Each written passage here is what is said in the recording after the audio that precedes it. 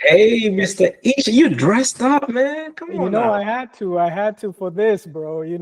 I'm representing You're the representing the corporate guys. corporate side, dressed in a tie and everything. Wow, blazer. So how are you? I'm doing good. I'm doing good. I didn't get the memo, but you'll represent the outfits for me. I have to try. Let's see. You okay? Are you used to using like Google Meet? Are you okay with that? I'm perfectly fine. I don't think I have a choice right now, do I? It's too late. No, no, we'll force you to be using this. Okay, hold on. Let me Yeah, try. Okay, just talk. Can you hear me clearly? I hear you clearly. How about you? Can you hear me fine? Yeah, I can hear you fine. If I need to, I'll just tell you, hey, talk louder or whatever. Okay. You got in without any issues, so I think we're good. It's gonna be open to everyone. Okay. Um, hey, you can pin a message. Okay, what I'll also try and do uh, is let's see, Jay's out. Okay, I think we're good there. Okay, man, I think we're good. We'll just take it easy. It's gonna be nice and simple, nice and it won't be a lot Mhm. of. We'll try and just have fun with it. Yeah. Okay. Mhm. Good. I'm all good for that. Yeah, I think it'll be good. It's going to be a conversation, right? Yeah, absolutely. That is the intent. All right, cool. Otherwise, how's the day been? How's Corporate world, right? Meetings. You know how we well, I guess we'll talk about the pros and the cons of the corporate world. But yeah, just no, good though. Just the beginning of the year is always interesting with all the end of the year, beginning of the year strategic stuff that we have to plan for our teams. But yeah, otherwise, it's the hectic time of the year. It's been that way every year, and now I feel it even more, given how many people I have to do this for. So, but no, yeah, it's been good. It's part of yeah. the process, man. That's why we call it corporate, huh? It comes with some pros too, right? You Yeah, have some yeah. vacation time, I hope, Ichi. I think there are so many pros. I don't want to leave corporate. Oh yeah, yeah, for sure. I There's just so I many just appreciate pros. that you got suited up, man. I love that. I decided, every week I'm gonna try and represent what the idea of corporate is, How they and think we dress up as, that's right. so hopefully that's gonna motivate Akina Sessa and Eva to stay corporate. Can you Yeah. hear us? Yes, now I can. Okay, we can see you, we can hear you. What's Hello, up, good Sessa? evening. How are Hi, you? good evening. How are you, Ichi? Hi, Eva. Doing all right. Eva, EVE, what's Hi, up? Mike. What's up? How's everyone doing? Hello, Good. good evening. Good. I am so glad you joined. I know you're team corporate, Eva, but I know you. Yeah, those my straddlers straddling the fence, trying to do your thing. Yeah. Yeah. So we're probably gonna have we'll see. It could be anywhere from 5 to 40. So I want to make sure that I respect everyone's time. So I'll start in like 2 minutes or so, Mhm. and we'll get started. So Mike, any final words before I start grilling you? Oh no, I'm good, man. Just take it easy on me, okay? Just Okay. it's the first one, right? You It's can't not break it's down not the me. corporate side too much. You It's gotta boost us up and make us look good, make us sound good. So just no, I'm good, man. it's not me. It's Well, this people. It's this people who are going to try and sway you. I'm sure they will. I'm sure they will try. It's been 17 years, so we'll see how much they can sway me out of it. Okay. See. Okay. I'll do something here. Screen. Okay, Rachel. Thank you for joining. Okay, I see. I see. It's starting. It's starting to take effect, man. Mike, Right, good. it's me and you. All right. Okay.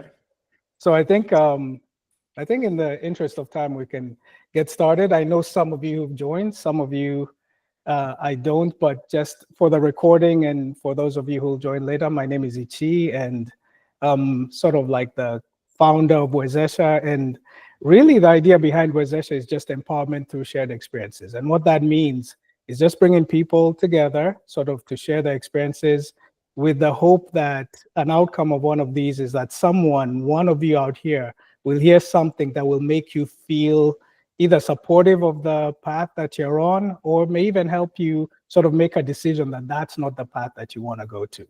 And so the whole idea behind empowerment is to give people access to resources, to information, to support, so that they can feel empowered to be able to do whatever it is that fulfills their potential.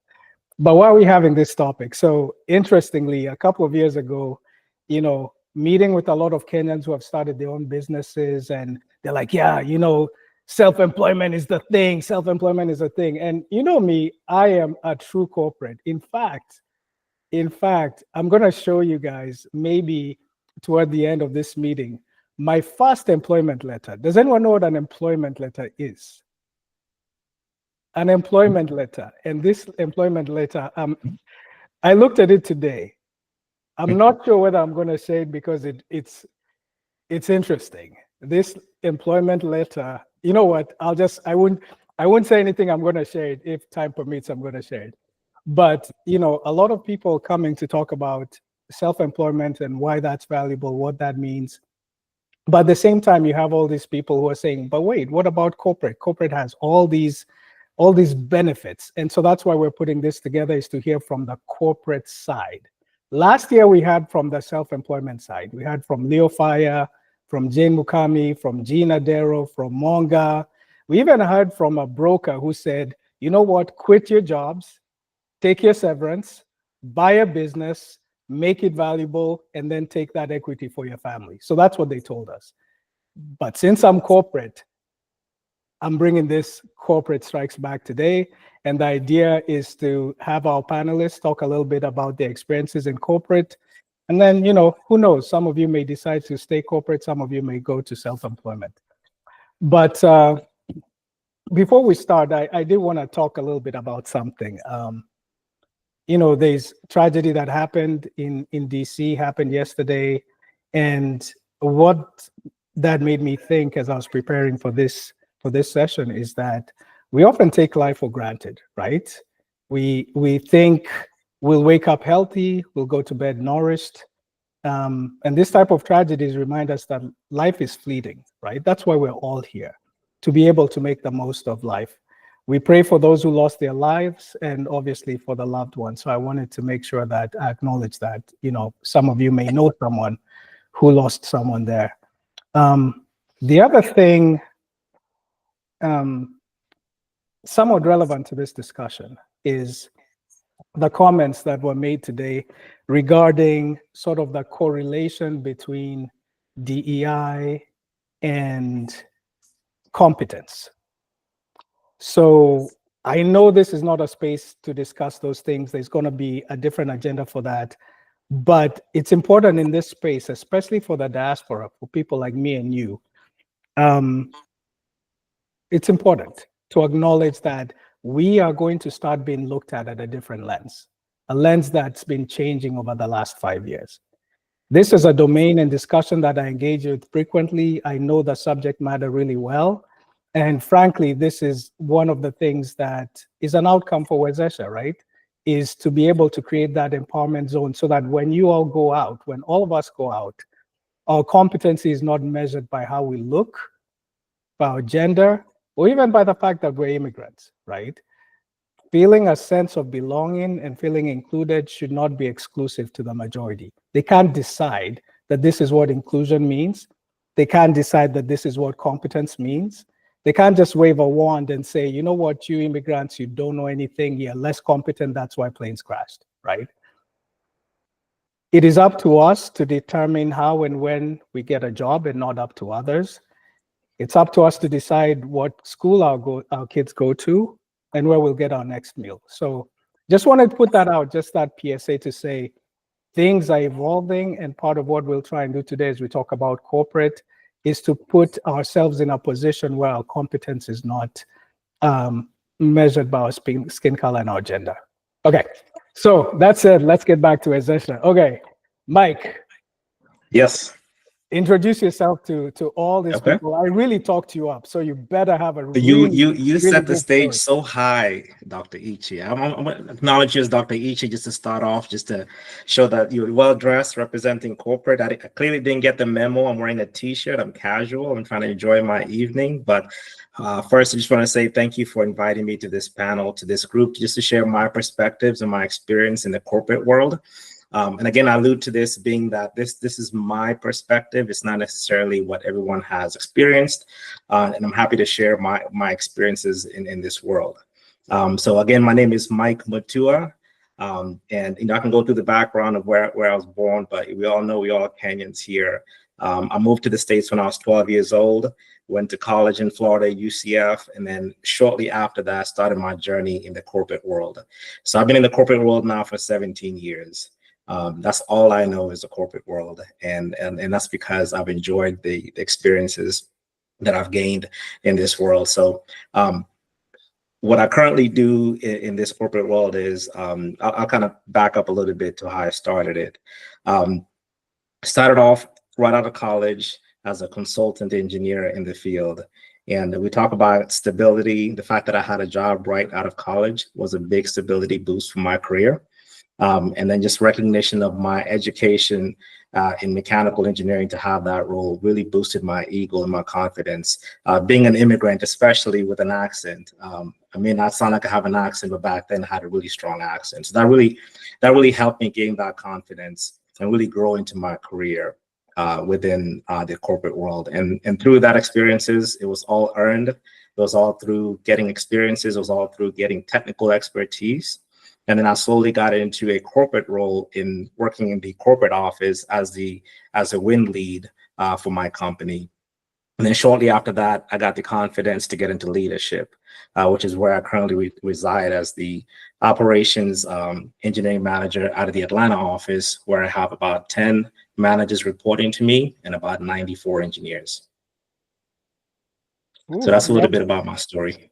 you have a huge span of control there. That's a lot of people. You're a very powerful person, eh, Mike? I would say that it's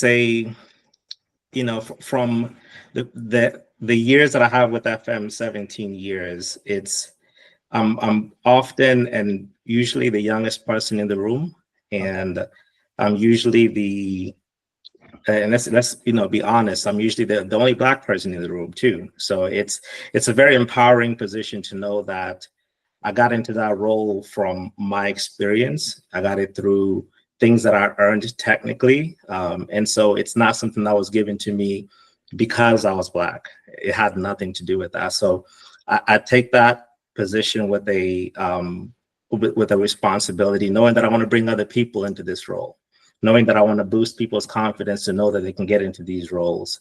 So from a powerful position, it's empowering to know that I have it, but I don't abuse it. I don't let that get to my head to feel like I'm better than anybody else in my position.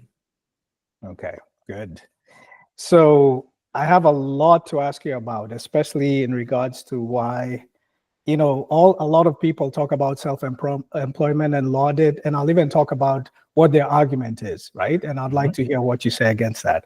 But Sure. before that, in true ATL style, we have to do a this or that, right? So, and for those of you who just joined, I haven't prepped Mike on this, so he doesn't even know what question I'm about to ask him. Mike, Okay. I don't want you to think about this. I want you Okay. to either choose the first choice or the second choice, all right? Okay. Okay. I met you 2 years ago. You just moved from Florida. So, Yep. you've been in ATL a couple of years. So you know a little 3 bit years. about ATL. I won't I love quiz you. I won't quiz you on the music because I know, I don't think you're down for that music No, just yet. But not I yet. will quiz you on some things that are important for ATL. One of them is places to dine. Okay. Okay. So Waffle House or Cracker Barrel? Waffle House all day, Waffle House all day. Okay, I like that. especially at 2 a.m. It's the best breakfast at 2 a.m. too. So Waffle House all day. 2 a.m. Waffle House. Okay. That's right. There's always this ongoing argument about, or ongoing decision discussion about Publix or Kroger. So which one are you? Are you team Publix? Or are you team Kroger? Publix started in Lakeland, Florida. That's all I know is Publix. I cannot shop at Kroger. It is not. It just doesn't feel right. it doesn't feel right. It's all about Publix, man. Publix is kind of actually when I looked into Atlanta, I had to make sure those are Publix here. That's how Right. much I'm engraved. I would drive 2 hours to go to a Publix. That's how much I Okay. love Publix. So no question there. Okay. The last one, and this might be a little bit tough for you. I know you're a Chelsea fan like myself, so I know Yep. you like soccer, football. So if Mhm. I could give you only one ticket, either a Champions League final ticket or a Super Bowl final ticket, which one would you take? Champions League all day, especially if Chelsea is playing. I mean, that's an easy one. That's an easy one, Ichi. I mean, Super Bowl, I can stream that when I get back. It's big, but it's US big, right? So Champions absolutely League all Champions day. League. That is big. That's world, man. That's Okay. huge. All right. I feel you. Yeah. All right. Yeah. Cool. Okay. So let's get started. So you started talking a little bit about the benefits, right? Yeah. What do you see as the key benefits of working for a corporation compared to being self-employed? I would say that the number one benefit is job security or stability. I look at it as it's comforting to know when you have a reliable, steady check or salary that you depend on, that you and your family depend on. Just having just the security blanket there.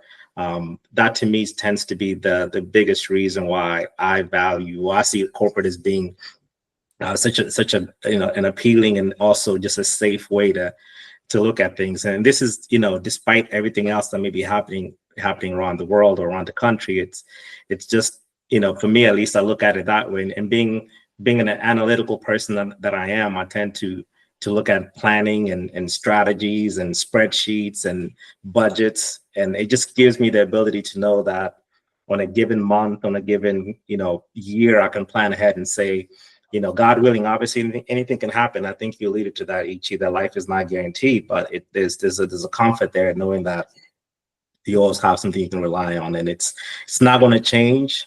If anything, you hope it increases. You work towards it to get to certain milestones, to get to certain roles. But the biggest part of that is stability and just job security and having a steady income.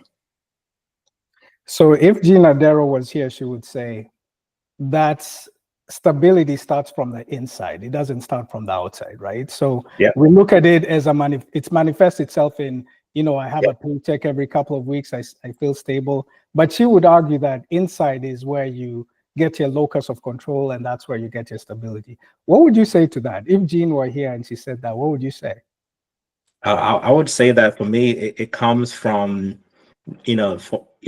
I agree with her. I wouldn't disagree that it doesn't come from inside, and I think she may have more insight on the personal, development of things. But to me, I look at it as it's important to me to have something that is something that I've worked towards. It's coming from things that I have control of. I'm not saying that it's given to me. I have to wait for it to come, but it's something that is coming through channels and avenues that I've worked towards to get or I've earned. So I would look at it as the ability. Yes, it is a like anything else. Corporate is a personal decision, right? Like I picked to go in this route, but to me, that's where I'm more stable in my mindset, knowing that. I think the instability of being in a self-employed or in a business, at least initially, would scare me to death, right? That would just cause me to be just unstable or just out of rhythm. So I think just having that sense of that stability in what I'm doing, and I feel like I've worked towards this, and it's coming towards me, then I feel more stable in that path. So stability seems to be the word you've mentioned like 17 times on this conversation, right? Sure. And from your experience and the experience of other people in corporate, how stable is stability? Are we talking a year, 2 years, 5 years? Do you have a runway that you put and say, if I can be stable for 10 years, then? Do you have something like that? I do, and you're right. Stability is I've said it a lot of times. So let me back up a little bit and just try to use a different word that may come to mind.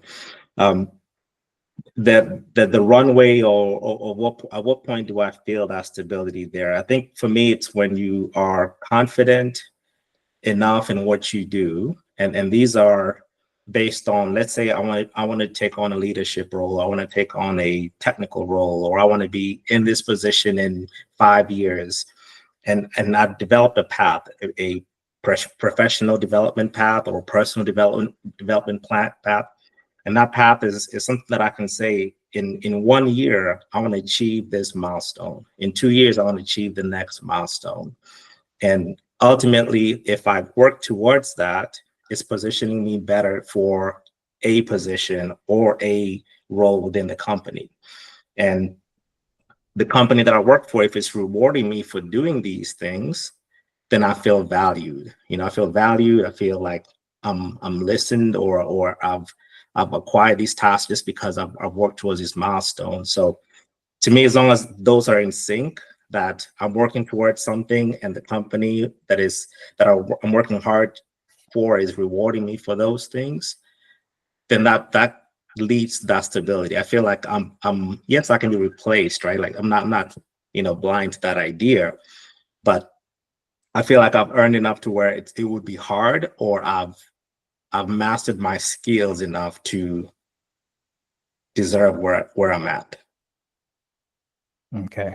That's how I would position that sense. Now, future, if you asked me this 5 years ago, I probably wouldn't tell you that I would be in Atlanta right now. I would still feel like I would be comfortable in Florida, and I've talked to you this before, where we were like, yep, this was a decision we made in maybe 9 months to move to Georgia. But I think that led into a change in mindset for me to think about, well, if I can make this change after living in Florida for 20 years, then the future for me within this corporate world is unlimited. It's a path now where I see that was the biggest jump that I had to make mentally to get to where I'm at now. And I can look at it now and say, well, if I can do that, if we can do that as a family, then I feel like the path is unlimited to get to the next role if I continue to work hard, obviously. Okay. So I have the fortune of straddling both sides, right? I've been corporate for, like I said, 30 years. And Wow. I also straddle the self-employment, or the business employment side, and so I see both sides. And one of the arguments that Jane would make or Leo would make is, have flexibility, have autonomy. Yeah, I that's can true. live in Tulum and Yeah. work from there. Yeah. What would you say to them? Oh, In I terms of wouldn't. their It would flexibility be versus yours. hard to argue 100% that they don't have it as self-employed and having their businesses and having that they're their own bosses, right? And they do have a point there that in a way they only answer to themselves and maybe to their staff.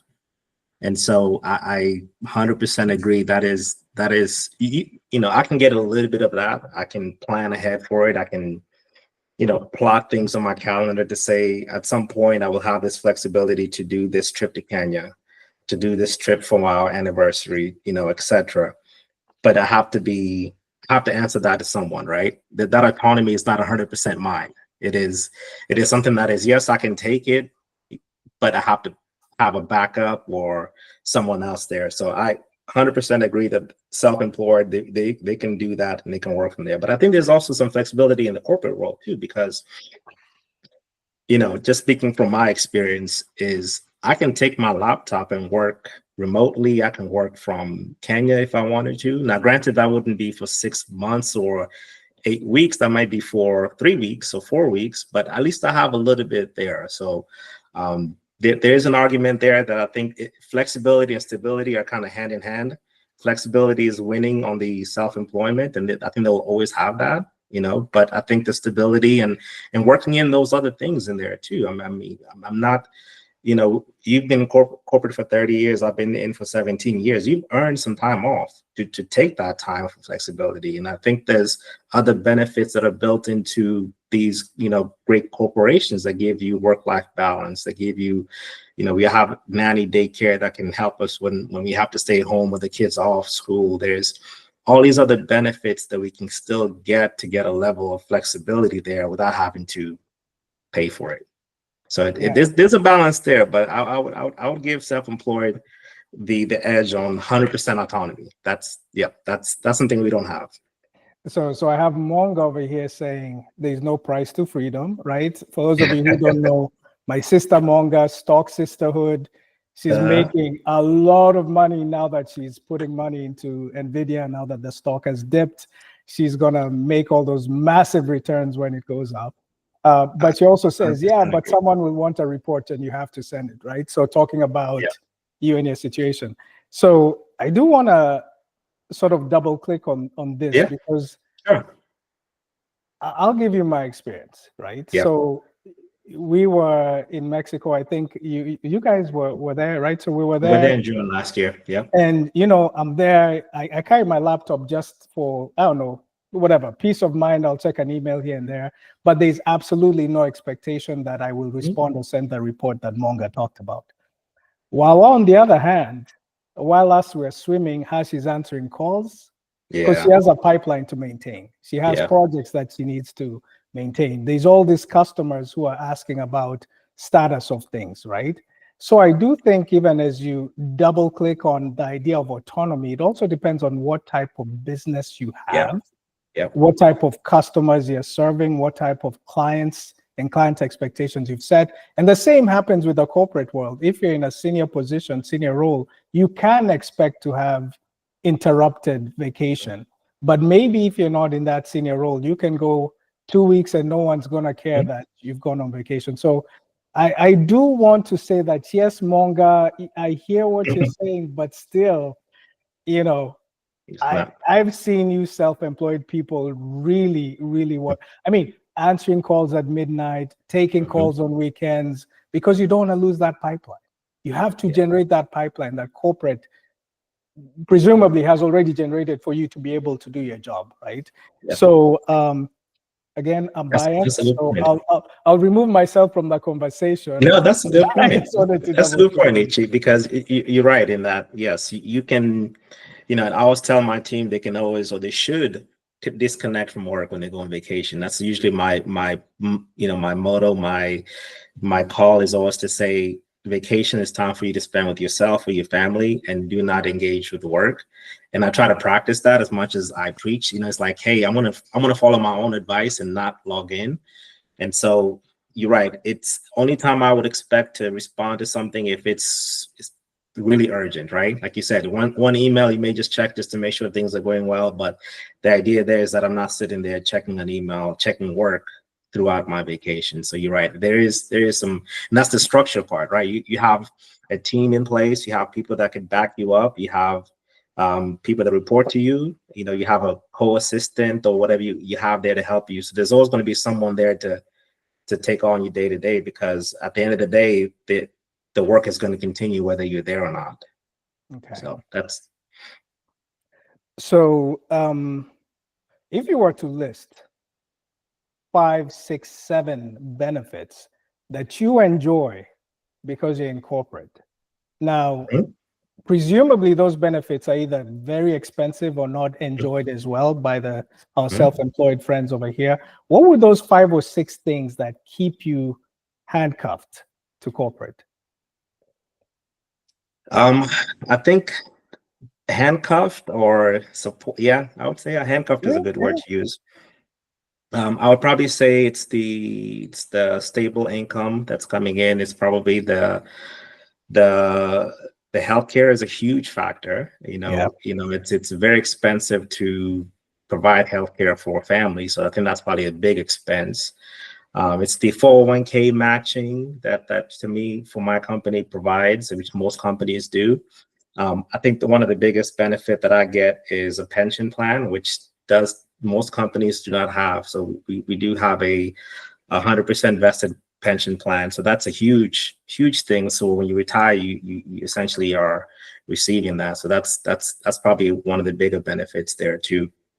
And I think it's the career plans, that the future that we have within my corporation. We're going through a lot of Gen X's, Gen Z's. I'm sorry, Gen X's that are retiring. I'm sorry, baby boomers. What am I saying? Baby boomers that are retiring. So got the right one. I have a lot of generations in my mind, but baby boomers that are retiring. So we're seeing this path of retirees leaving, which is only opening up the doors for people that are younger and more skilled and just ready to take on these positions. So I see the future growth just being exponentially big for people in positions that want to take it. So I would say those are probably the top things that come in mind that kind of keep you, all right, this is what I want to do now, because I found a good place and I've worked there for 17 years, and there's a path there for future success. Got it. Stable income, predictable, right? Predictable, yeah. Healthcare, 401k matching, pension plan, career development. I'd even go so far as to say sick days, All paid right, yeah. vacation, Oh my goodness, yeah. gym membership, subsidized cell phone, subsidized Okay. internet, Oh, right? okay. There's a lot there. I didn't even think about. Right? I listed the top 5. I should have gone Uh, deep into the benefit packages, but you're yeah, right. That is in there. Monga, Google stock That's units. right. Yeah, I mean, there's that. I think I mentioned the daycare one that we get, not 100%, but it's like a few days to get a nanny to help with that. There's also tutoring. There's college assistance. If you go back to school, they pay for your college for you to go to get your master's. There's also adoption service. They'll pay for adoption for you have to adopt someone. So that's in there as well. There's elderly care in there as well. I mean, we can list a lot of benefits that are out there, but they all, once you look at it and you realize you don't use all of them, and maybe that's why you kind of think about the top 5 or the top 6. But if you ever have to tap into it, you go, okay, well, I didn't know I had that service. Okay.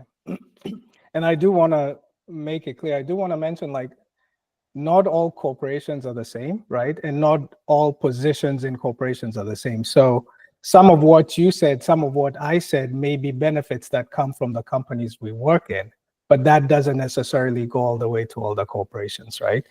And the same with self-employment. So I see some comments here. My friend Rachel says, going back to a vacation scenario, it comes down to setting your own hours versus owning work-life balance. Yeah, that's a good one.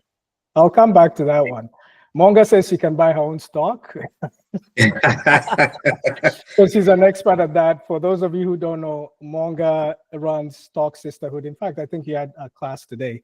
But so she runs Stock Sisterhood and really helps folks, make money in their sleep is really how I say it. So shout out to my sister over there. Definitely benefits to security. Some even pay for infertility services. Exactly, right, Mike? You mentioned it. I think the companies that I've worked for, I've been really fortunately spoiled. A lot of the benefits I can't even take advantage of, but even like in our company, we have this thing called carer's leave, which means you take care of a loved one without using your vacation, without using your sick time, and no one questions how long you're going to do it, right? So when my mom was ill, went to take care of her, or took time off to take care of her, and the corporation understands. They're not hounding you, asking you for updates on the project, or Monga, when's the next class starting, and so on and so forth. And by the way, I'm using Monga as an example because she's my sister. I can use her, but I'm just talking about in general for business owners. But I will add one thing there as far as benefits and flexibility is on the stocks and the Mwanga. I probably need to get into one of your classes because I did dive into stocks, which I agree with you have taken a turn. So at some point, I'm going to plug in, into one of your classes to learn more. I will add one last benefit just because it comes to close to home, because it is probably the reason why we moved to Atlanta, and that's relocation. One of the benefits that we had was a relocation. The company paid for a lot of that, to where we didn't have to even worry about paying for movers, or they put us in a temporary housing, and we were able to stay there for 2 months, and all the benefits of not paying for closing costs or whatever the case might be. So that's a huge benefit that I think can be the reason why people would stay in corporate and even move to different parts of the country, if not the world. I think that's a really good point. And I see Sessa giving you a thumbs up on that. I know she moved, she relocated. I relocated, from here to California. And I think depending on the corporation you work in, it can actually fulfill your travel desires, right? Mhm. Like if you get in a good spot and you can travel to different countries, on the job's dime. So that's good. So far, you haven't swayed me to the dark side. I'm still team corporate, but I do have to ask you, right? It's not always a bed of roses when it comes to corporate. Mhm. What are the challenges? And I know Agi is doing her own business. What are the challenges and drawbacks of working for a corporation? What are those things that you're like, you know what? I Yeah. wish I could go out on my own. What would those things be? I think one of the drawbacks that comes to mind is kind of the hierarchy of management sometimes can get in the way of people wanting to get into certain positions. You may feel like it's a good old boys club, or it's a friend of a friend's club where they only promote people that they like or know. So that can get in the way and frustrate people who want to get into different positions, feeling like it's not a path to success or to the next position. That can really get in the way, and you can kind of just hurt your morale and feel like you're not wanting to stay in that company or stay in corporate. So that's one. The other one is politics. Office politics is a big thing. Good or bad, whether it's internal or external, you have to work with people that you may not like to work with, that you may not agree. So that's you kind of forced to work in teams or in groups with people that are not always, the best people you wouldn't talk to them in the middle of the road or talk to them in your neighborhood if you saw them. So that's probably one that comes to mind as well. The other one is just those structured meetings or objectives, or this cycle of we have to do certain things in this way and this is the only way we have to do it. So you almost are receiving information from leadership that you have to now either implement, or you have to listen to your boss too and then work on it that you may not agree to. That's usually one of the big hurdles there, is like, well, I don't agree with this, but my boss told me I have to do it. That's usually one there. And then also those limitations on the autonomy, or not being able to be flexible to take vacation. If you want to go to Kenya next month, you can't quite do it if you have a big audit coming up, if you have things that you have to do that may get in the way of that. So you may lose that sense of autonomy or flexibility to do something that you may want to do. And then just your schedule is in a way that 8 to 5, 40-hour work week, that you can have some flexibility there, but in a way, that's the expectation, is that you will be available to work within that window. So those are the ones that I would think of that kind of get in the way of. It's not always the best when you can just leave when you want to leave. But I wouldn't say those are huge cons. Those are just things you try to work around. So far, I mean, all of these are interesting, but I didn't think that any of these would sway me, like to leave corporate, right? There's something to be said about structure. Some people thrive in that, Mhm. right? In fact, when we spoke with Jane Mukami, she said one of the things that you have to do when you're self-employed is to structure your life like you actually are corporate employed. Set Okay. meetings, set deadlines, you know. So it felt like the structure was needed even in self-employment. Um, Listening to your boss, the good old boys club, the office politics, that's interesting too, right? Because it's something that you have to learn to navigate. But again, I'm curious, I'll be interested to hear from the audience over here, like how big of a thing is it that you have to deal with office politics? Is that something that would sway you to say, you know what, I'm just done. I'm leaving corporate. I need to take control of my own life. I need autonomy. I don't want this structure of 8 to 5. I want to be able to do what I want to do. I'm curious, how many of you would switch from corporate to self-employment because of those reasons?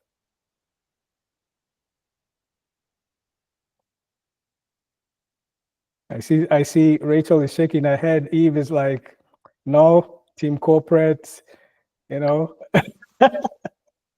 Monga, what say you? You were in a very structured environment at some point, and then you switched to self-employment. If you're comfortable, do you want to share a little bit about why you Is she here? No, I think she. I'm here. Oh, I'm here. okay. Do you want to share a little bit about why you switched to self-employment from corporate? Remembering the structure that it had around you and the kids, all of that. Do you want to share that? Mhm. Okay, so you're making me go on camera. Guys, I've been on camera all day today and I was all dolled up and now I'm ready to just fall asleep. So anyway, I think it very much depends on your personality. I'm the sort of person who just as I've gotten to grow and know myself, I'm not a person that takes criticism well. I'm not a sort of person who I just don't like being told what to do. Even if it's good for me, I just don't want somebody saying to me, Manga, now you do this. I'm like, well, I don't feel like doing that right now. Right? I'm just the sort of person that loves my autonomy. And I'm also the sort of person that loves new. I always want to do new stuff. And entrepreneurship lets me do that. I'm always evolving. I think I switch jobs like every 3 or 4 years or something. My husband says I'm a rolling stone because I'm the sort of person like once I know how to do a job, that's it. What else is there? What else is there? And I look at the people above me and I say, well, do I really want that? Do I really want to do that? I look above me and say, do I really want to do that? No, because I want to be able to just figure out what it is that interests me and dive into that. And once I know how to do it, that's it. And I don't want to just stay in one realm. Like there are all these different things that I could start doing. Like every year I jump into something new and I bite into it and I really get to know how to do it. So that really interests me a lot. I'm the sort of person who requires change all the time. And business makes me do that. You have to evolve. You have to change all the time. Thank you, Manga. Yeah, I like that. I really, really like that. And one more thing. I am a traveler. I cannot stand somebody telling me you can't go. I just personal cannot. or just personal travel. Personal travel. Okay. Yeah. I cannot stand somebody saying, well, you can't go. So I look at my calendar and say, oh, I want to go here this time. Yeah. That's it. I don't want somebody to say, oh, well, we have this or we have this. I just love that freedom. Like tomorrow, I don't know what I'm doing tomorrow. I don't know. Wow. I'll That is decide. freedom. That is freedom. That is I'll freedom. decide what I'm That's doing freedom. tomorrow.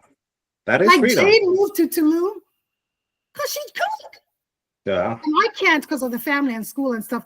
But I cannot tell you what I'm doing tomorrow. I'll decide in the morning. I mean, fine, I had these things that I had scheduled, my class today and all that stuff. But I can say, hey, Friday I'll do nothing. I just have that flexibility and I really, really love that. Now, would it be nice to get a paycheck every Friday? every whatever, a nice big fat paycheck every whatever. Sure. Now, for me, my business is kind of different because I make money in two ways. I have my business and then I also trade. So that's different. But if it was my business only, I certainly might be having, maybe the struggle would be more real, I guess. Yeah. But hence the need to have different ways that you're making money. Oh, yeah. I trade, I have my business, I have real estate, I have these things. So you have all these things feeding in such that you don't have pressure for only one income stream. I think that's a big issue as well. If you just have one way to make money, no matter what, even if you're in a job, if you just have that one way of making money, then you have stress like, oh my gosh, if I lose my job, then what? But if you have different ways of making money, if you have a corporate job, you also have this, you also have that. If you lose your job, you can say, you know what, I'm okay for 2 months, right? Because I'm making money here. I love that. Love that. I want to comment on that in a little bit. Joyce, Miss Wright. Hey, can you hear me? Yeah. Well, I'll answer the Moga. I always love to listen to you talk. I joined your session earlier today, and thank you so much for that information. But I do agree, you should always have multiple revenue streams. But we were talking about office politics, right? Caroline Wanga once said, if you can't be who you are, where you are, you change where you are, not who you are. And I think if the politics is just right, because and if it's destructive, then change where you are. But if it's constructive, then work within its Learn the art of negotiation. That's the difference. Learn the art. You know what? Thank you, Joyce. That's really interesting. Because I think it goes both sides, right? Again, watching Monga, watching Jane, watching Leo, watching Wawa. It's very interesting. The skills that you have in corporate are the same ones that you're applying in self-employment. 1,000%. You have to market yourself. You have to sell yourself. You have to brand yourself. You have to learn your technical skill and convert that into a value word, a selling word for yourself. So, Monga, I owe you a discussion. Come back because I'm curious about something you said. But along that stream of developing yourself, I did Wezesha Wednesday last week, and I talked about this notion of value worth. And what I was arguing is we spend a lot of time working on self-worth. What's our self-worth, right? And we market, we're good at this, we're good at this, we're good at this. But really what companies are looking for, what customers are looking for, what clients are looking for is the perception of the value they can get from you, which is what I call the value worth. You have to give someone the perception that they're getting some value from you. And in corporate, sometimes it's really clear. What value are you bringing into the organization? Are you helping us accelerate revenue? Are you helping us save money? Are you closing projects fast, right? So to that point, Mike, what are some of the skills, right? And you talked about development, personal development and growth. What are some of the skills that have helped you maintain your corporate trajectory and that will take you to your next trajectory? I'm curious what those are. Yeah, no, that's a good question. I think some of the biggest skills that come with my role is the biggest thing I had to learn in this role is to be a consultant. And to be a great consultant, you have to listen to the customer, to the client, to whoever you're talking to, the audience, to find out what their needs are, and then work to see how you can deliver on that need for the client.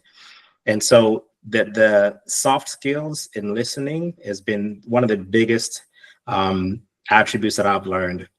The other one is we talk about these office politics, and you're right, you don't have to be a part of that, but there's a skill that comes with that. There's a skill of navigating different difficult conversations, whether it's somebody that's saying something that is truly out of bounds or somebody that's just trying to cause issues there. So I think that there's a balance there in making sure that I called it out or somebody's calling it out, and then we're being practical and coming up with a solution. So I would say it's working through these different channels of we can talk about DEI, we can talk about generations, we can talk about all these things that comes up in office politics that I have to constantly work with HR and other groups to try to resolve.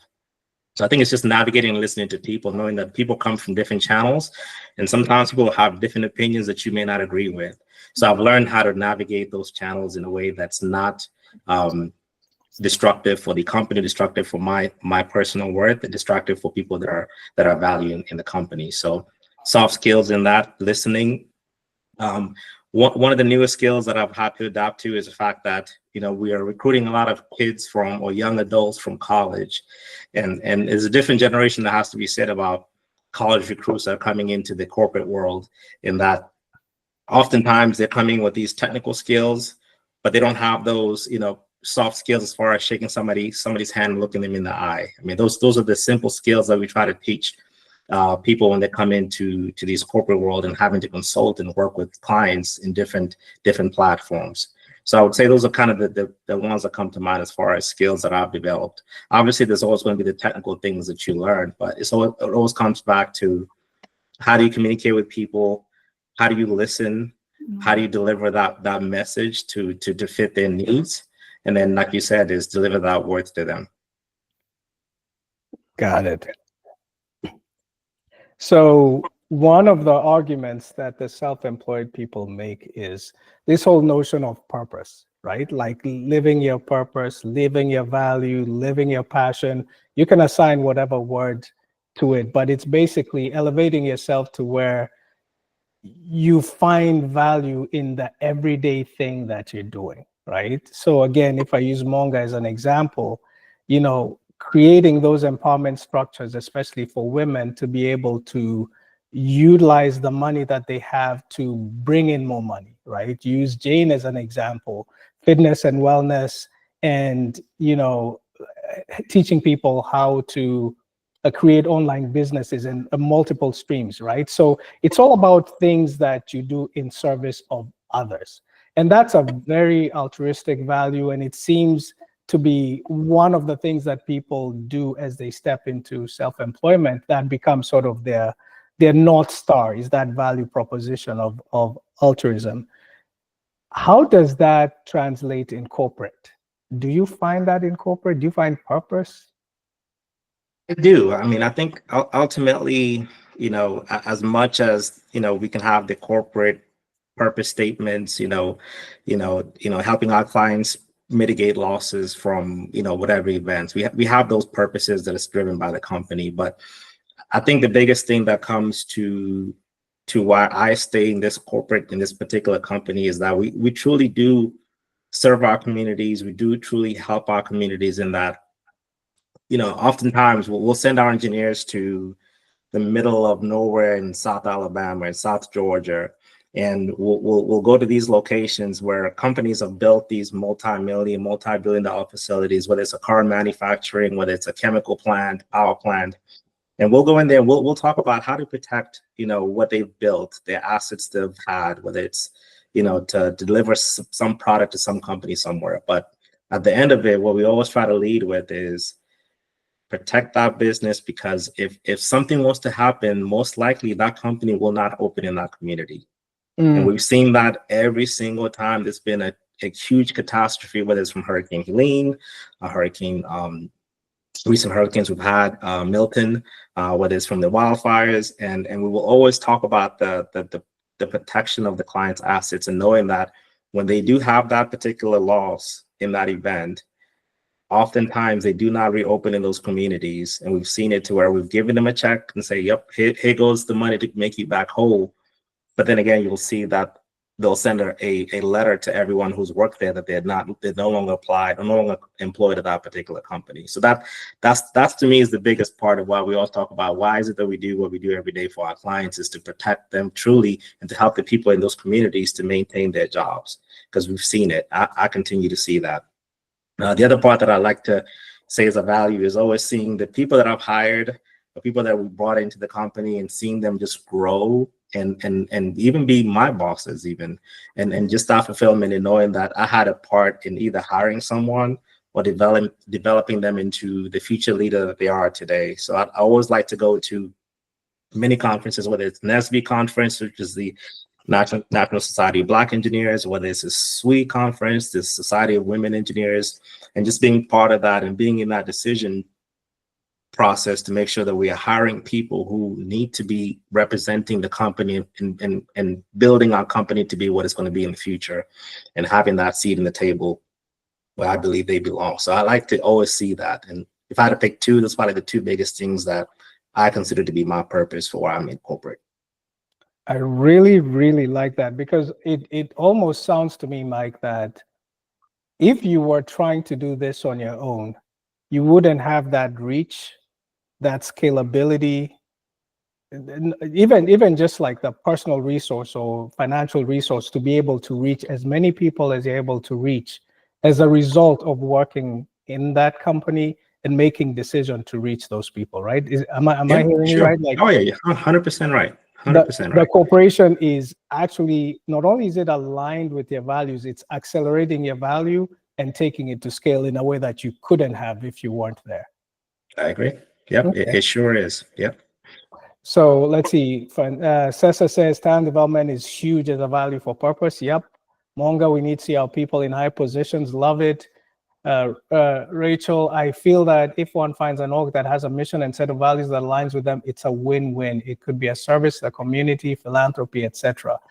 Spot on, right? Like, I always talk about Google. I've been in many companies, but this company is one whose mission is ingrained in my head, right? To make the world's information universally accessible and useful to all.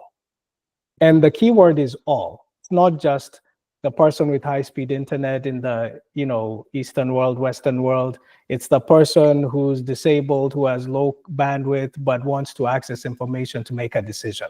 That's the person that we touch. And, obviously, I hope a lot of you use Google products. That's why I did Google Meet and not Zoom or Teams or any of that stuff. All right. All the products from photos to maps to everything. And being able to scale your value using the corporate backing, I think makes a really good, compelling argument for purpose. Again, I do want to be very clear that not everyone works in a company that supports that.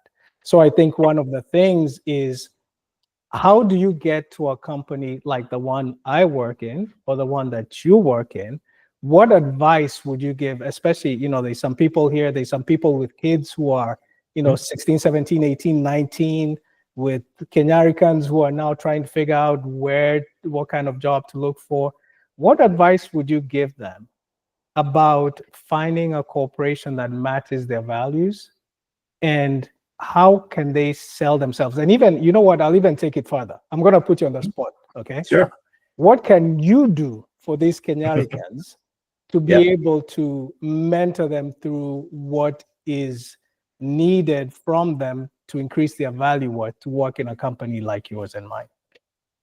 Yeah, no, that's a great question, Ichi. I would say that the biggest thing that I could do is be a resource to anyone that is interested in, joining a corporation like the one that I work for, in that the education skills, whether it's engineering or computer science. I mean, that's kind of what I have at least the preview to, is kind of looking in those spaces where I have my operational eyes on. I mean, granted, there's more things that are out there, but at least in terms of things that I have some level of access to, would be that is someone that is in these technical roles. I mean, I think that's the whole thing of STEM is, whether somebody is 6 years old, or even now I find out my 4-year-old daughter is learning about STEM, is start early, right? Just encourage them to always be thinking about that, and then just always be pushing for that. But outside of the technical skills, it's those soft skills. I think that's an art that is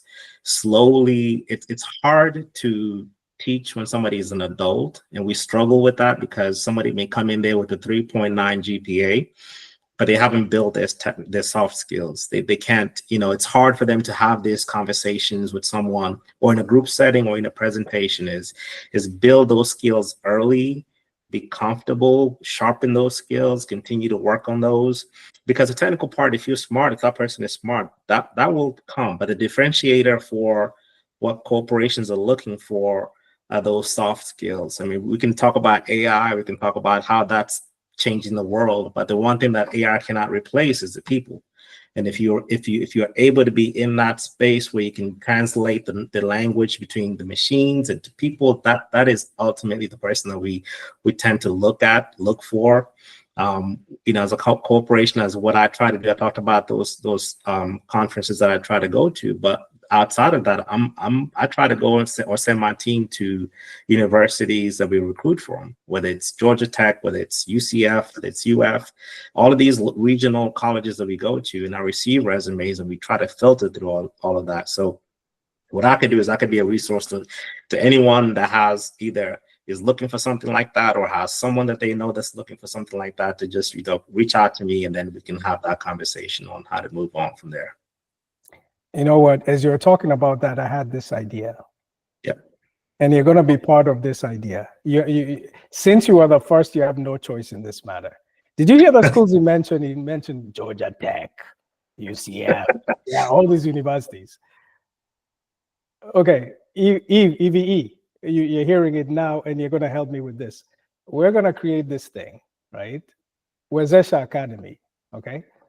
Okay. And we're going to get people into Wezesha Academy enrolled to, you choose whatever class it is, whatever course it is, whatever mentorship that you want, right? But seriously though, I think if we're able to get our diaspora and Kenyaricans to be part of that pool that you're looking for, because you know what it is that you're looking for. So they go to the schools, if Kabah gives them information about how to get to Georgia Tech, what courses to take, but they come out and they're still looking for a role like yours and mine. So what I would like for you to do in front of all these people and on the record here is, to join me in this journey of like creating this ecosystem where the first place we look for candidates is Wezesha Academy, right? Yep. Then we go to Okina, Georgia Tech and UCF. Yeah. Because I'm like you, I get all these roles that are open and I'm looking like where can I plant it, right? So you can repost it on LinkedIn, you can put it on Facebook, but where can we post it where we are guaranteed that people who are like us, who have the similar experiences as us, can have that shot at that role that you have opened? So I have your commitment on that, yeah? We don't have to discuss how it's going to happen, just that it's going to happen, yeah? Yeah, of course. Yep, happy to help, EJ. Okay, so as we wrap up, there's this research that talks about why people become entrepreneurs. It's the most interesting research, right? There's all these economic reasons, sociological reasons. There's, they talk about opportunity. Some people start entrepreneurship because there's an opportunity and they seize it. Some people start entrepreneurship because they have resources, they have money, and they just want to do something with it, and they do it. There's this one that I read about. This was Entrepreneurship Theories. It's a paper by this Ghanaian guy, Kwabena Nkansa. But this is what they say. There's this theory called the anthropological theory. And this is based on sort of like the way I read it or interpreted it is there's a cultural thing that makes people want to be business people. And so when I think about Kenya, I just think, hey, Cukes are always the business people, right? No matter, you're not even taught. It's just like, I'm a Cuke, but that didn't come through. Entrepreneur. But there's this thing where it's like you can't stop yourself from being an entrepreneur, yeah? So my question to you is, what advice do you give to all the attendees and those who are going to listen to this recording who are at a crossroads? They feel like they're being pulled into entrepreneurship because of, resource-based theory, opportunity-based theory, even anthropological, like it runs in their DNA, right? Or sometimes they're just being influenced because they've seen what Monga is doing, they've seen what Jane is doing, Jean, Leo, right? They've seen all those people. What advice would you give them?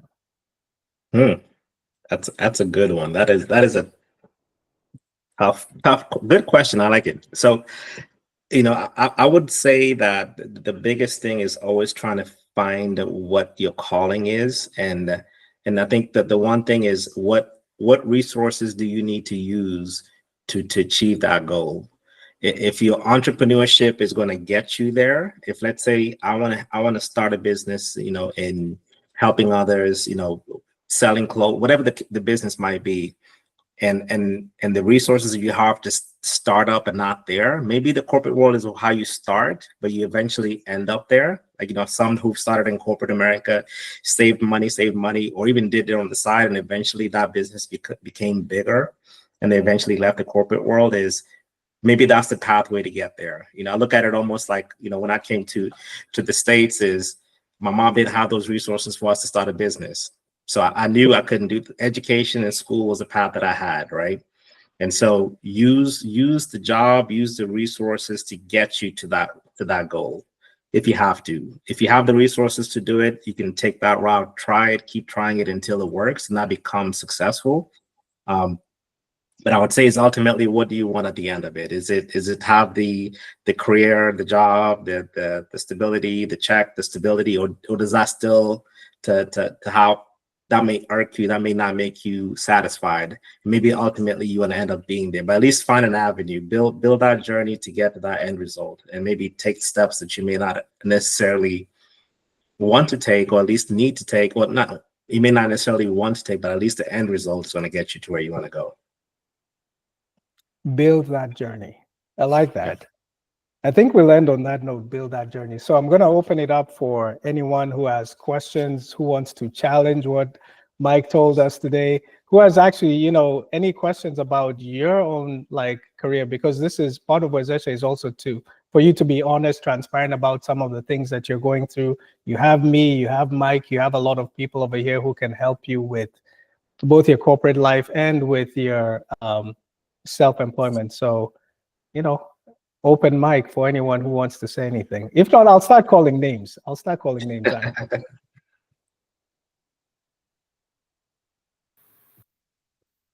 I'll start. Thank you, Mike. Oh, yeah, thank you. It's been nice. We need brothers like you, people in high places. It's All right, great. thank It's great It to is. see. So even though I sit on this other side, I still look at corporate people. This is a secret I don't tell people. You always wonder about the other side. Mhm. Like, what if I stayed in corporate? What would I be like? You know, you hear maybe somebody's a VP and somebody's executive director of this and that. Honestly, you still feel some kind of way. That's the truth. Yep. Because you're like, well, what about that path? What if I had taken that path? Right? And Mhm. then somebody in corporate might be thinking, well, oh, this person did this. Oh my goodness, what if I had taken that path? Right? Right. So I don't Yep. think you ever sit there and say completely, I know I made the correct decision every single second of your journey, right? Yeah. Now, like I said, like for example, I don't know what I'm doing tomorrow. I love that part.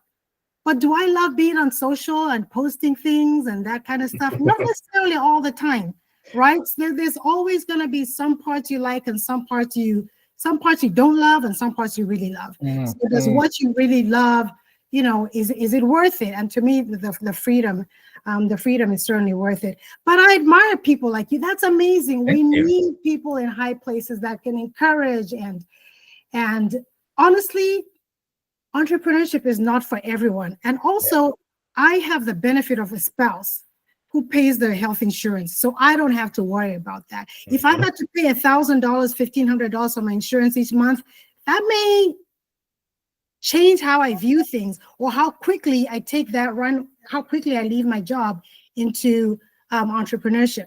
So I think everybody has to kind of see where they are. If you have some support that will give you all that cushy stuff, the health insurance, all that stuff, then maybe you can take off a little bit more quickly.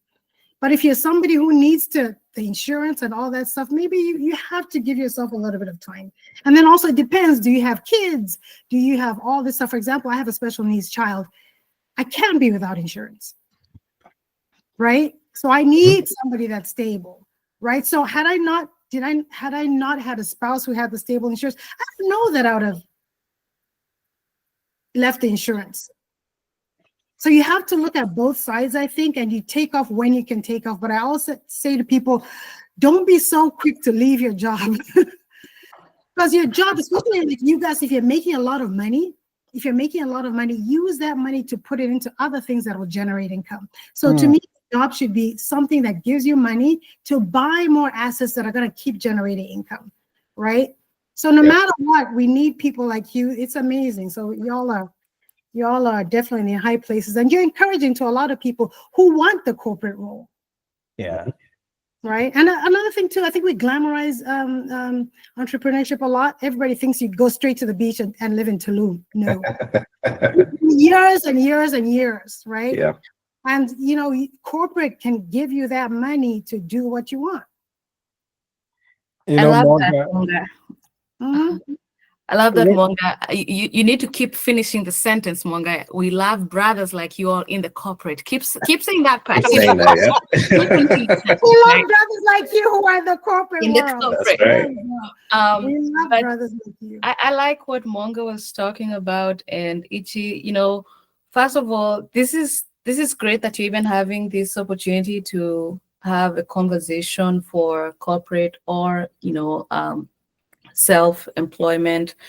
One thing that I think about, especially that has been a struggle for a lot of people, millennials, younger, I guess, baby boomers, the whole concept, and Monga touched on it, glamorizing self-employment. You know, it's almost like, oh, you'll make big money, and nobody tells you about working like the 90 hours plus. I'm not saying it has to be 90 hours, but like Monga says, there's the social media, the concept of it, the marketing, the communication, someone doing your taxes for you, someone doing the payroll if you're employed people, if you're employed or in the corporate environment, you have departments taking care of all of this for you. They don't tell you of, you know, about all this.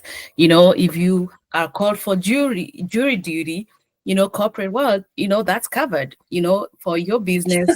You have to kind of balance all of these concepts. So one, thank you definitely for having this platform, just so that people can hear from both sides and folks that have been there. But being that I'm also in talent acquisition, I did want to share that when we're talking about corporate, the biggest thing, and we've seen this during COVID, when we're receiving job applications, reviewing resumes, we used to have the issue of moms who have like a gap in their resume. And now for people who are self-employed, they were working, for instance, in the corporate world for 10 years. Then all of a sudden they were self-employed for like 8 years. Then, it's almost like, talk to me, tell me your story. So at that point, you're like, how do I know if we give you this job in the corporate world that you will stay with us? You just want something to cover the bills or to get the insurance benefits, So that's one thing that people also don't recognize, that I wanted to add on. So are you telling me nobody will employ me? Is that what you're telling me? I will employ you all day, any day, Monga. I mean, you're my sister, so we'll figure something out. That's a good point. I never thought of that. That's a good point. Yeah, Rachel, that's a good point. I think that happens a lot when we try to hire a lot of people coming in. Either they've left the workforce for whatever reason, whether it's for, especially a lot of women leave because they want to raise their kids, right? So we get a lot of people that apply, and there's this gap where maybe they had a skill, they had a job, they had a career, and they worked, and then all of a sudden there's a 10-year gap. And so you're right, that is usually an issue, not an issue, but it comes up in resumes where somebody's questioning, well, what happened in between? But for me, I don't put that into consideration. I usually look at the skills and the person and what they bring into the table and whether that's a good fit for what we have them for. But you're right, that can be difficult to explain. Sessa, you had your hand up? Yeah, I had to do it like in real life because I don't know Google Meets very well, so I couldn't figure out where the hand up was. That's great conversation, and I just wanted to share like 2 minutes if we've still got time.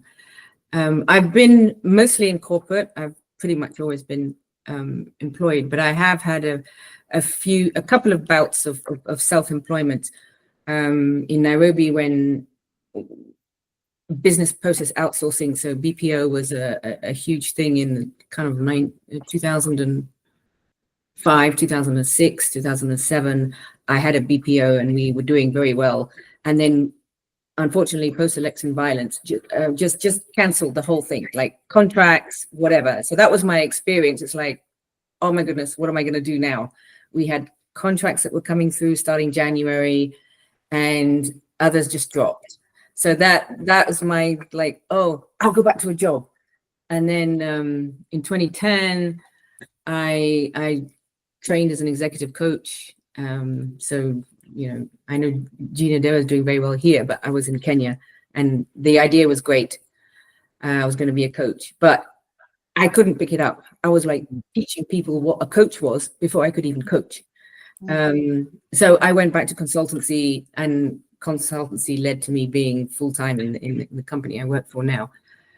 But what I wanted to, so that's my experience of both. But I was just going to mention a couple of things from the whole conversation. And if you get the right company, and it's not every company, but if you do get the right company, you can experience all those things in the company. You can move from finance to public affairs, you can move from marketing to HR, you can plan your career, and there's just so much opportunity. Yes, there are the negatives. If we have a corporate restructure, we know what happens. But for me, I guess I'm team corporate because I have kids and all those tick boxes of but I just wanted to share that piece about if you do have the right company, you can plan your way. You don't have to stay in the same job. Things have changed. You don't have to stay in the same job for 30 years on production line or doing the same spreadsheets. You can shift. But it's been I just want to say thank you for this conversation. I've not been in one of these forums before, and it's just great conversation. Thank you. Thank you, Sessa. Thank you, Rachel. Thank you, Monga. I think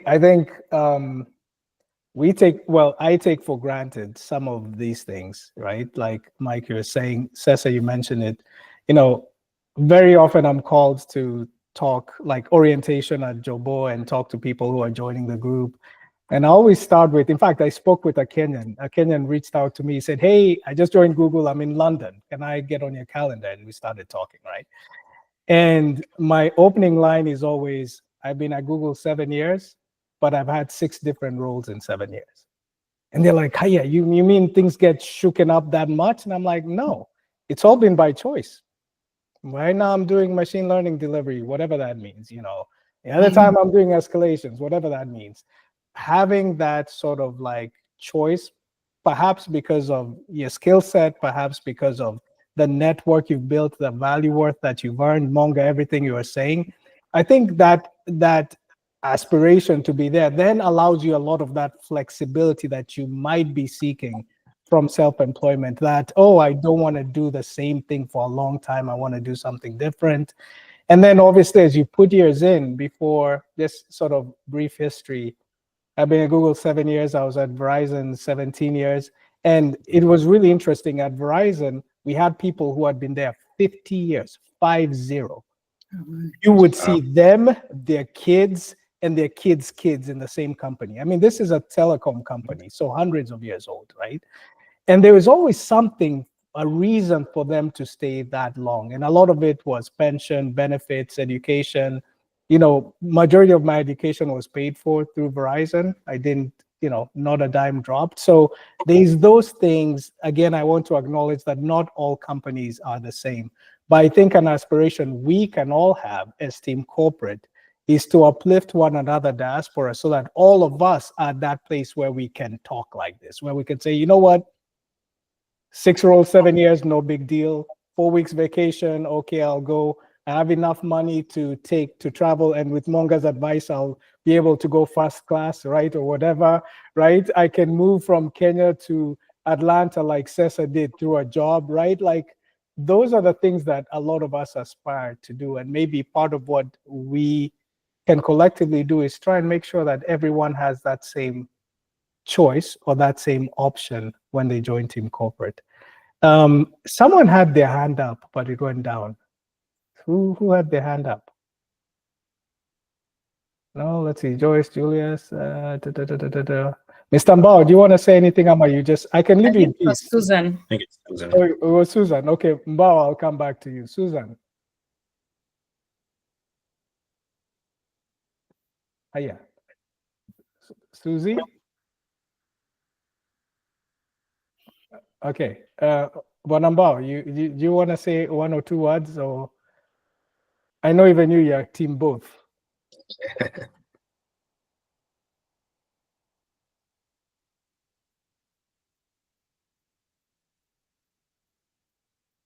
Hiya, Mr. Mbao. I think he's trying to unmute.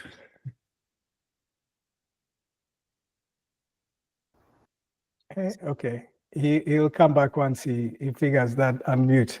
So Switch to Zoom next time, but hi, anyway. Eva. No. Look, here's the thing. Here's the thing I've learned about self-employment, right? You promote everything that's yours. Where's Diane? Diana Korea is normally here. Diana, one day she just said, "Why are you wearing something else, something that belongs to someone else?"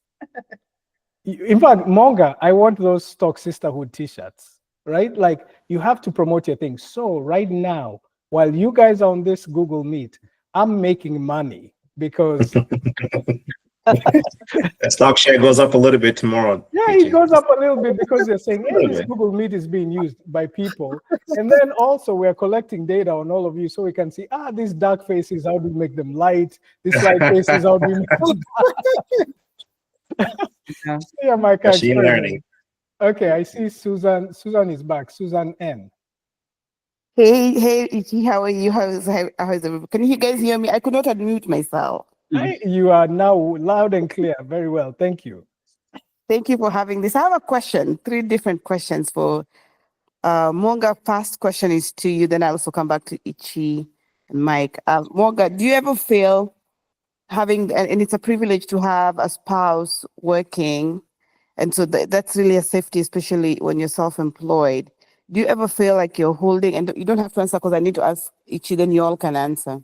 Do you ever feel like you're holding him back by saying, please, come on, just hold on to your job? You're covering us. Do you ever feel like you're limiting them and making them stay? That is for Monga. And for Ichi, I love that you really love corporate world. If you lost your job, who are you without the corporate job? Would you be sad, or would you be like, okay, next? Would you be attached? And then finally, I think it's Mike. Having known so much about corporate, what information can you give a Kenyan? There's a reason why we are still small business. We're not doing the right thing that the corporate world is not doing. What is it, that one thing that you can tell a small business owner, like this is why you're a small business and you can move from small? What is it that we are missing to go to not be like if you asked me online, like which team are you? And I'm like, I don't even want to be self-employed because that's just a glorified job. But there's a reason why we are glorified jobs in our own companies. There's something we are missing. So Mike, my question for you is, what is the one thing a small business owner is missing?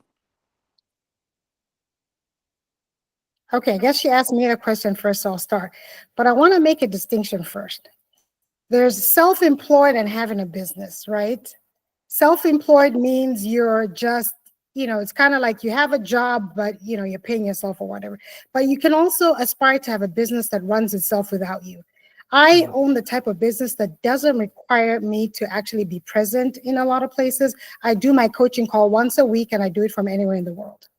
Okay, so that's very different from something that's, requires my presence, something that requires me to count inventory or whatever, right? So there's degrees in how you have to be invested in your business. So it just depends, okay? It depends, I think, on the type of business. And then your question was, does my husband, what was the question again? I'm sorry. Do you feel like you're holding your spouse back? In what my husband has no desire at all to ever be a business person. So that works out. He has no desire at all to be a business person. He thinks what I do is harder than what he does. So he's very happy in his lane. So I'm happy in my lane and he's happy in his lane. And then also because I tend to have more freedom, I do everything administrative in my house. I do all the money. I do all the tax, getting the taxes ready. If we're buying a property, I'm doing it. He doesn't even know half of the stuff he does. I just bring him a paper to sign, whatever we're doing, right? So that works out. I do all the administrative stuff. He doesn't know. I tell him all the time, I could wipe you out. And he would never even know. But for me, he don't even know my social security number. He's like, well, what for? Okay. You know what I'm saying? So I take a lot of the administrative burden because I'm better at it. I do everything administrative in my house, whereas he goes and has a job and makes money or whatever. So I think there's a balance there. So it's not always like I'm holding you back because you have to hang on to the job for insurance and all these other things. I have a ton of value that I bring because I do all these other things. His lunch is packed every day because he's health conscious, right? So it just really depends. I think you can parse out the roles. You can parse out the roles so that everyone feels like they're winning. Thank you. I really like that, and I second that because Monga's husband I've known for almost 50 years, right? So I've known him for I've known him since standard 1, right? And he always tells me, he's like, I don't know, Monga just made me say. And next thing we had a howl, right? Like he doesn't get involved in this, to Monga's point. So Susan, I do want to say, I think a lot of the people who I've seen who seem to be making strides in self-employment, there's a supporting system behind it, right? And sometimes it's the house, sometimes it's, when I think about Africa and Jean and just the sisterhood, the huge support structure that drives people. So there's the spousal support for inspiration. There's the partnership support for just getting things done. I mean, I'm in the same situation, right? I'm corporate. Entrepreneurship interests me. It's interesting. But I'm also learning because the last 3 or 4 years, Wawa has owned a business. So I'm learning, what does it take to do marketing? What does it take to generate leads? What does it take to run operations? What is hiring? I've had to fire someone. I mean, think about that. Firing someone in corporate is easy. Firing your own like business, that's tough, because that's like far more there, right? So I think, Mike, you said something very important. What you're learning in corporate sometimes is what's preparing you for self-employment. And Susie, you said something so good in our chat. You said it's almost like it's not really self-employment. We should all strive, even if we're self-employed, to own a business, and that business entity is us, right? So there's a difference between a startup, an idea, a business, a money-making business, than a value of a business, right? You know, multi-million-dollar business valuation. That's what we would seek as self-employed, so that we can turn around and whatever we decide that the exit plan is, we're able to take that equity out of that business. And that's what Carl said in the self-employment thing. So Susie, returning to your question, do I feel like, what am I without this job? Honestly, I'm very lucky. I've built my value worth based on the companies that I've worked for, but my value worth and the company are mutually exclusive. I love that. Mutually exclusive.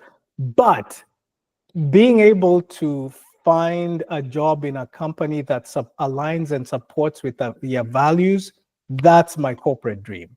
And honestly, I feel like I've achieved it. If right now something were to happen, and in all transparency, I've been laid off before. I've been on the layoff list. I've been told, by the way, your role has been eliminated. And obviously that crushes you, because you tie your value, your self-worth to the company. But if you've created your value worth to where you can move to a different manager, a different organization within the same company, that speaks to how much you've invested in corporate. So short answer to Z, yeah, I mean, I feel that the company aligns with the values that I have and will push me to the next level. But I am not submissive to it, in the sense that if I were to lose my job, that I would necessarily feel like, oh, I'm worthless.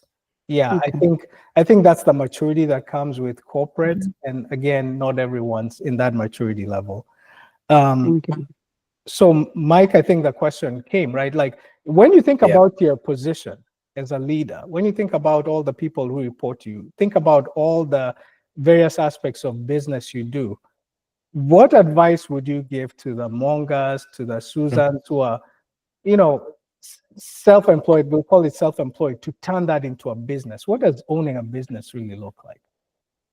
So you're asking me the question when I don't have a business, but I want to take it from the corporate lens, right? Yes, You know, exactly. just my ignorance, if I do this incorrectly, just bear with me. I would say that the part that I find to be helpful is to, one, be multi-skilled in different things. If you're a finance person, pick up a skill in IT. Learn different things that would allow you to kind of be a jack of all trades in that particular business.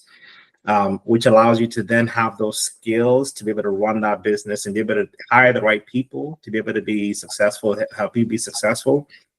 And I think the one thing that I always kind of, if I go back to my internship days with Disney, is build a story, have a good story to that business. Because the one thing that I find that Americans or even Westerners like is a good story to why they feel pulled to either buy a product or to support a company or to support anything. Is have a story that resonates with you and your purpose, but also you can that becomes your mission statement. That becomes what you are driving, but socialize it in every way you can. And let that be your identity for that business. And I think if you carry that and you lead with that, it'll kind of pull everybody else with you, whether you have people that you work with or you have people that you're trying to pull into your business.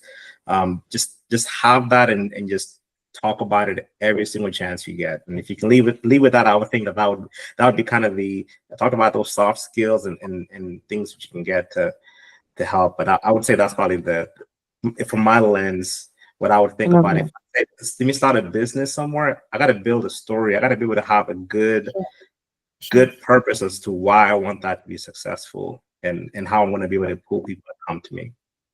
I love it. Thank you. EVE. Oh, finally, I was able to unmute. Oh, The struggle. But anyway, no.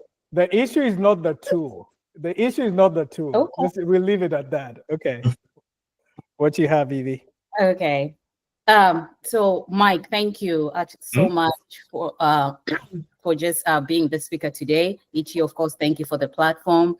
So when this call started, when you introduced yourself, you were very passionate about what you do and just introducing yourself, very, very passionate. So my question to you, looking back, is there anything you wish you could have done differently in your career? Ooh, that's a good one. I think that's like, we always talk about it, if I did it this way, if I went this route, what could have been. For me, I had the ability to have a path that wasn't somebody else telling me what to do. It wasn't built for me. I kind of worked that path, and I think I made sure that the decisions that I made in my career worked with not only myself but also my family. To give you an example, we didn't move to Atlanta until my son graduated from high school.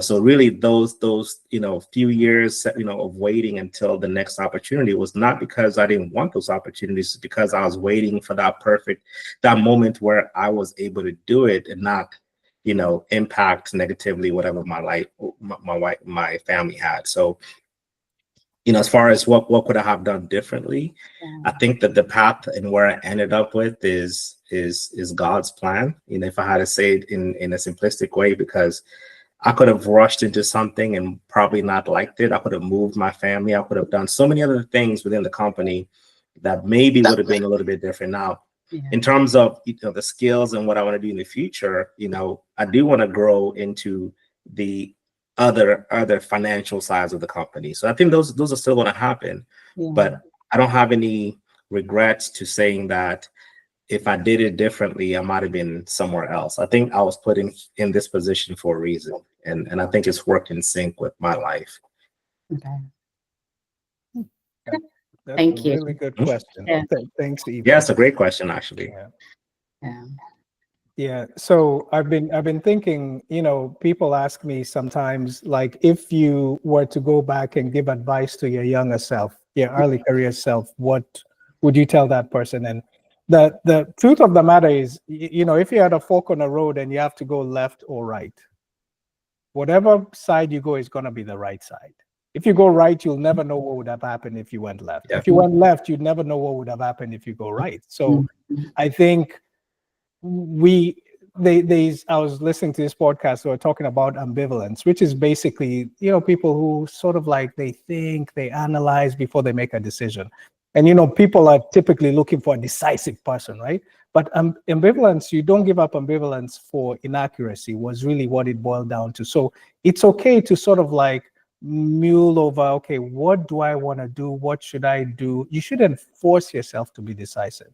I think one of the things I always say is you should time bound it, because indecision has a cost. But it's okay to sort of like think through, Eva, you and I have talked a little bit, but should I do this? Should I not do this? And then find a framework that can help you in making that decision. Because I think what it boils down to is, if there's no precedence, if there's no coach telling you do this or the other, or someone prescribing, it becomes a matter of, let me think through the toolkit that I have that will help me make the best decision with the data that I have now, not with the presumptive data that I have in the future. Probably historically that will help you make a decision, but make a decision on what you have now. I was also thinking about what Susan said, and again, I think being on both sides, it's been very interesting to tell Wawa, okay, look, I know you're in a hurry to get things done, but let's outline the strategy. What is your strategy? Where do you want to be in 5 years? What does that translate to financially? What does that translate to in customers? What does that translate to in process? What does that translate to in tech? Okay, from the marketing, can you spare 10K over here so I can do digital marketing? Right, from the HR, where are we going to get people? Let's go to Indeed or LinkedIn. Like literally running your let's call it your little business like a corporation. And that's what I encourage Monga, you and Susan, you, and I talked to Eva Wagura. I told her, look, what's going to take you to the next level, Susan, is you are running a corporation. Don't call it self-employment or a small business. You're running a corporation, and you have to run it like a corporation, right? Mike, you made such a good point. Just because I'm good in tech and I start a business, I have to learn finance. I have to get a bookkeeper. I have to know the books, right? And I have to figure out this marketing thing. I have to figure out comms. I have to figure out sales. No one wants to do sales, but Monga is always like flooding us with all these videos and all that stuff. Like she likes it, but she just told us she doesn't like it, right? You have to brand yourself. So Susan, I'm going to call you out. Your hand is up, but I'm going to call you out because I think everyone here can benefit from knowing what your business is. Once you describe it, then you can ask a question. Susie, can you do that for me? Ah, yeah, you put your hand down now. Susan said that. Okay. Susan Seda is an incredible, incredible woman. So if she gets the courage or she finds where to unmute, she'll tell you her story. But let's see. Mbao, were you able to unmute? You know how to unmute? No? Bado? Okay. I told you guys it's not the tool. All right. Mike, thank you so much. I know we talked about this a few months ago. And you committed, you said, I don't know what I'm going to say, but I'm going to say something. Hopefully this was worth your while. I know it was worth my while, and I get from the audience that they really enjoyed hearing you. So yeah, thank you. So as a reminder, next week, let me just... Sorry, Ichi, I didn't mean to lift my hands. I don't even know how that happened. Again, I think I'm on Eve with this one. This Google thing is hard. Well, since you're off mute right now, so you just tell us what you do and how you can help, what your business is about. I bet there's half the people here would love to know what you can offer them, what services you can offer them.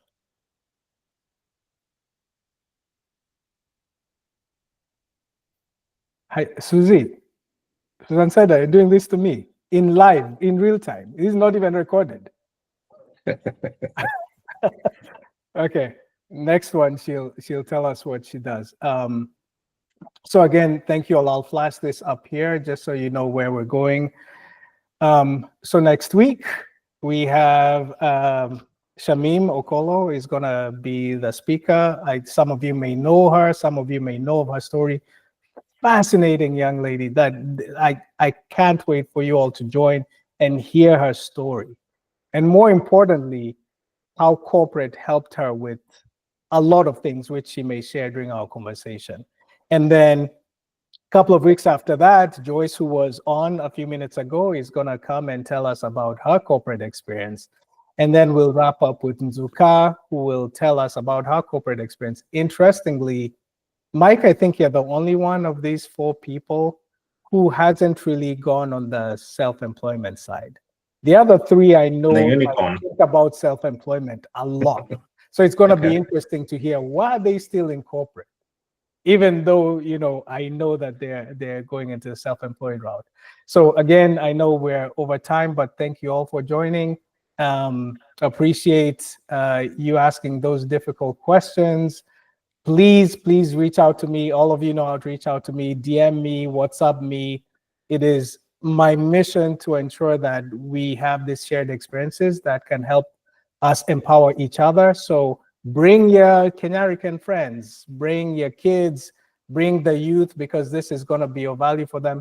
And I'll tell you this, Monga, I think, was it you or Jane or Jean who once said something like, right now, this is for free. You're getting this information for free. That was me. One day I'll be sending this thing out, and there'll be a cost. There'll be a little cost applied to it. So take this while it's free.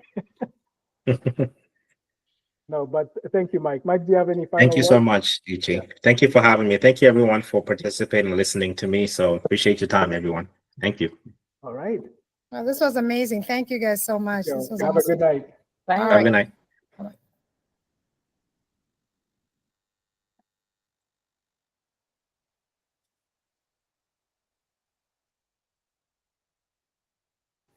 Where's the off button? Okay, let me just try this.